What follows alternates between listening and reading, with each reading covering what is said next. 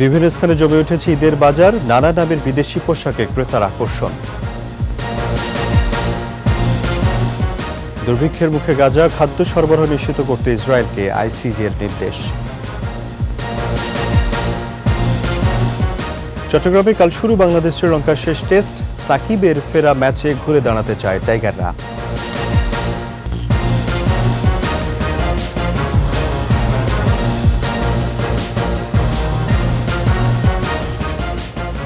শুনছিলেন first security ইসলামী bank PLC সংবাদ শিরোনাম। আমন্ত্রণ দুপুর 12টার 21 সংবাদে, সাথে আছি রাজিউর রহমান।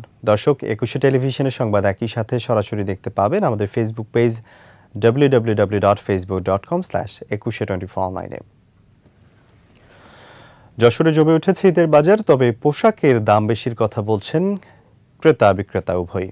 এদিকে কুষ্টিয়ার পোড়াদহ পাইকারি কাপড়ের হাটে বিক্রি কম বলে দাবি ব্যবসায়ীদের। যশোর ও কুষ্টিয়া প্রতিনিধি তথ্য ছবিতে মাসুম আলিসার প্রতিবেদন। 10 রোজার পর থেকে জমে উঠতে শুরু করেছে যশোরের ঈদের বাজার। মনের মতো পোশাক খুঁজে নিতে দোকানে দোকানে ঘুরছেন নারী, পুরুষ, শিশুরা। এবারও বিদেশি পোশাকের কদর বেশি। এর মধ্যে আলেয়া ভাট, আলেয়া কাট, আফগানি, নায়রা ইত্যাদি। শিশুদের এক সেট আলেয়া 1800 থেকে 4000 টাকা, আফগানি 2.5 থেকে 3500 টাকা, নায়রা 2800 থেকে 4500 টাকায় বিক্রি হচ্ছে।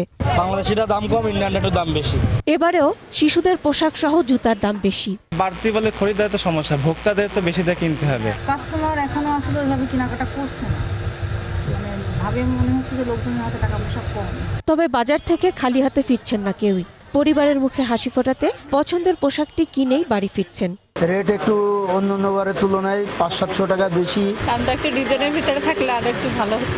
ঈদ বাজার ও ঈদ উদযাপন প্রস্তুতির নিরাপত্তা নিশ্চিতে তৎপর রয়েছে পুলিশ। শপিং মল এবং বাজারগুলো রয়েছে, বড় বড় বাজার, সেই জায়গাতে আমরা পোশাকে যে আমাদের পুলিশ সদস্য সংখ্যা বাড়িয়েছি। এছাড়া আমাদের জেলা গোয়েন্দা সংস্থার একাধিক টিম কাজ করছে। আমাদের যে যারা বিশেষ শাখার যারা ওয়াচার আছে তাদেরকে আমরা এই কাজে নিয়োজিত করেছি। এদিকে কুষ্টিয়ার পোড়াদহ ক্রেতা বিক্রেতাদের হাকডাকে মুখর হয়ে উঠেছে। দেশের বিভিন্ন জেলা থেকে ক্রেতারা তাদের পছন্দের কাপড় কিনতে আসেন এই পাইকারি হাটে। তবে বাজারের ঊর্ধ্বগতিতে ঈদের কেনাকাটায় ক্রেতা কম বলে দাবি ব্যবসায়ীদের। গত 2 বছর আগেও ভালো ছিল, কিন্তু এইবার বাইরের আনাগোনা খুবই কম। এগুলো আপনার এই যে 500 থেকে 1000, 1200, 1500 পর্যন্ত সব রকমই আছে। আমরা পাইকারি সেল দিই তো এই জন্য। বিখ্যাত মনে করেন চাদর, বেডশিট, লুঙ্গি এগুলা ইত্যাদি মনে করেন সামগ্রী এখানে বিক্রি হয়। আর আমাদের এখানে বেশি বিক্রি হয় প্রিন্টের শাড়ি। ব্যবসায়ী নেতারা জানান, ঈদকে কেন্দ্র করে হাটে সার্বিক নিরাপত্তা বাড়ানো হয়েছে। ব্যাংকটা শনিবারে আমাদের এখানে খুলছে, টাকা পয়সা কোনো লেনদেনে কোনো প্রবলেম নাই। আর এ পর্যন্ত পোড়াদাতে কোনো দুর্ঘটনাও ঘটে নাই। বাজারে ক্রেতার আশা কম হলেও আর কদিন পরে বেচাকেনা জমে উঠবে এমন আশা বিক্রেতা ও ব্যবসায়ীদের। মাসুম আলিসা, 21 টেলিভিশন। নাটোরের নলডাঙ্গা বাড়ি থেকে ডেকে নিয়ে এক স্কুল শিক্ষার্থীকে কুপিয়ে হত্যা করা হয়েছে। এ ঘটনায় 4 জনকে আটক করেছে পুলিশ। নিহতের পরিবার জানায়, বৃহস্পতিবার বিকেলে তার এক সহপাঠী ফোন করে বাড়ি থেকে ডেকে নেয়। এরপর থেকে হিমেলের মোবাইল বন্ধ পাওয়া যায়। খোঁজ না পেয়ে থানায় অভিযোগ জানালে হিমেলের সহপাঠী পার্থকে আটক করে পুলিশ। পরে তার দেয়া তথ্যে রাতে পরিত্যক্ত একটি ভবন থেকে হিমেলের মরদেহ উদ্ধার করা হয়। এ ঘটনায় জড়িত সন্দেহে আরও 3 জনকে আটক করেছে পুলিশ।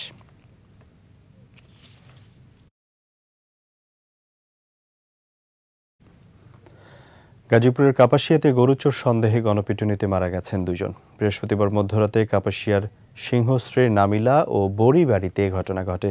পুলিশ জানায়, রাত 1টার দিকে নামিলায় এক কৃষকের বাড়িতে কিছু অজ্ঞাত লোক ঢুকে পড়ে। এ সময় বাড়ির লোকজনের ডাকাডাকিতে এলাকাবাসী জড়ো হন, পরে একজনকে ধরে গণপিটুনি দেয়। এতে ঘটনাস্থলে তার মৃত্যু হয়। ধাওয়া খেয়ে পাশের গ্রামে ধান ক্ষেতের আড়ালে লুকিয়ে থাকা আরেকজনকে উত্তেজিত জনতা গণপিটুনি দিলে তারও মৃত্যু হয়। মৃত ব্যক্তিদের পরিচয় এখনো পাওয়া যায়নি।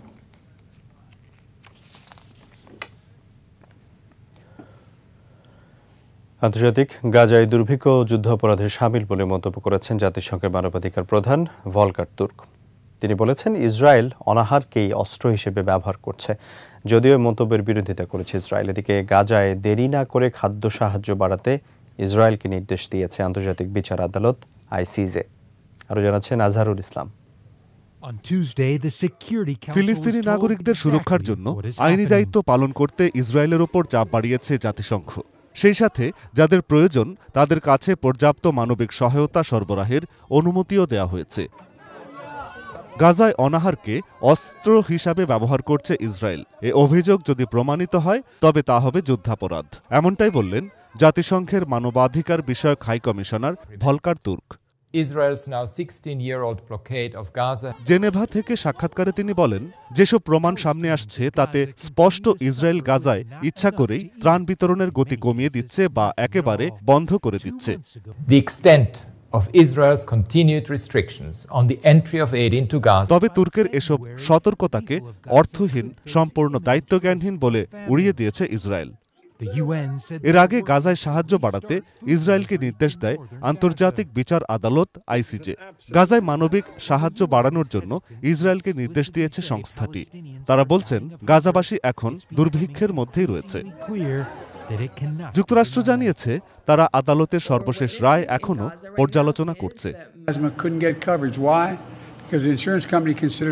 এদিকে রাফায় স্থল অভিযানের পরিকল্পনা আপাতত স্থগিত করেছে ইসরায়েল। আজহারুল ইসলাম, 21 টেলিভিশন। শেষ করছি দুপুর 12টার 21 সংবাদ। যাবার আগে ফার্স্ট সিকিউরিটি ইসলামী ব্যাংক পিএলসি সংবাদ শিরোনামগুলো আরও একবার। বিভিন্ন স্থানে জমে উঠেছে ঈদের বাজার, নানা নামের বিদেশি পোশাকে ক্রেতার আকর্ষণ। দুর্ভিক্ষের মুখে গাজা, খাদ্য সরবরাহ নিশ্চিত করতে ইসরায়েলকে আইসিজের নির্দেশ। এবং চট্টগ্রামে কাল শুরু বাংলাদেশ শ্রীলঙ্কা টেস্ট, শেষ টেস্ট। সাকিবের ফেরার ম্যাচে ঘুরে দাঁড়াতে চায় টাইগাররা।